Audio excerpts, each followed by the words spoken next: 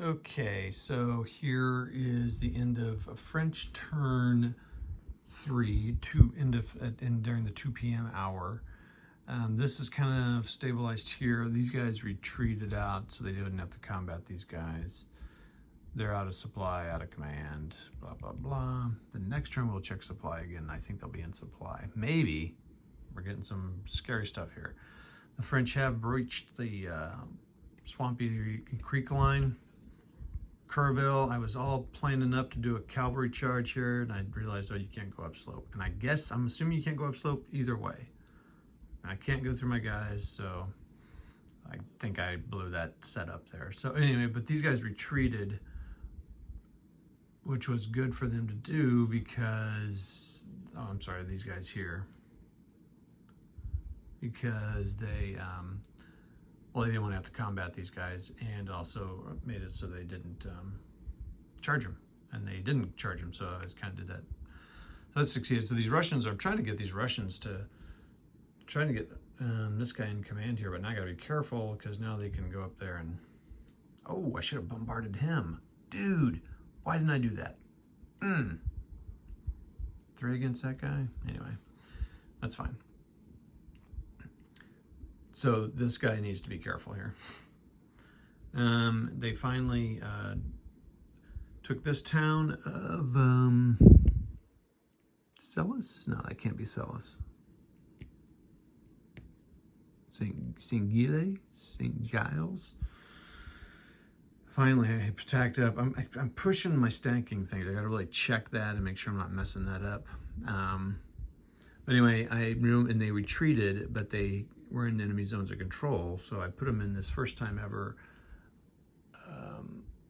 UAR box, which means something like about a recovery box. So we'll see what happens when we do that. Basically, these guys just kind of formed a defensive perimeter here, thinking that these French might go up here. Now these guys might. Well, there's a couple things here that I'll tell you what might dictate their moves. The French were like, hey, let's set up a line here, because my attacks against these guys were just going back and forth. Nothing was happening here. So I thought, let's set it up. Let's get across the river. These guys can guard the flank, maybe press it next time, get some guys, start getting flooding guys over this way. This was a big deal. So I moved Napoleon back here. This guy's not been in command the whole game, I think, yeah. So I moved Napoleon here so he could command him and more guys. Well, these guys were here in this hex. Mormont. Well, they attacked, rolled really bad, and had to retreat too. These guys were able to advance, and now they see Napoleon. Now, everyone can general retreat. I'll have to look at that. That was my mistake. I should have kept them behind this town, and I would have been fine, but I screwed up. But, you know, if I were these guys, the next turn I would have moved in. So, anywho, okay, that's fine. So now these guys, I think I'll have to read general retreat, but I think now all these guys can just start rushing off the board. Like, a general retreat, I think, is like a march order, and that's what they just try to do. So I'll try to get as much guys. If that's the case, then these guys will kind of just fall back here. Fall back and maybe move across this pond. These guys like maybe move across the pontoon bridge. These guys come back here. This will be an interesting little exercise and try to get these guys off this way too. These guys may just be screwed.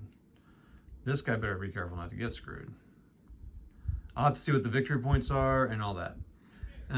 So now I just have a couple other things that I've noticed in the game, and I'll put those here at the end. So anyway, that's the end of the French 2 p.m. turn theme. Napoleon retreats. Oh my gosh, how long was my hand in there? That is professional photography. Sorry for the shaky hand.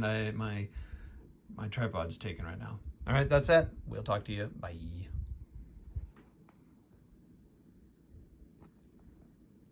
Maybe every game has this, and I'm just not remembering, but I really appreciate that each step has the rules reference number on there.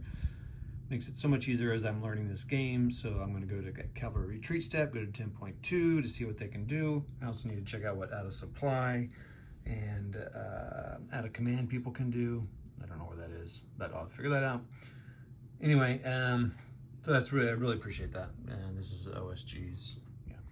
Yeah. So I'm out of command tokens, so I'm using command from Panzer, because it's a game I could think of that has command tokens. The other thing would be nice, though, it'd be nice if these in-command markers were obviously coalition and obviously French. Maybe it's that way in the full games. Obviously I need way more of these. I'd buy an extra sheet if I could, because it seems like you kind of need to keep them on there. I don't know, because it says, I guess I can remove the in command actually, because that's assumed. So I can remove these in commands and use those. Okay, all right, that's cool. All right, but the outer commands have to stay there. All right, thanks.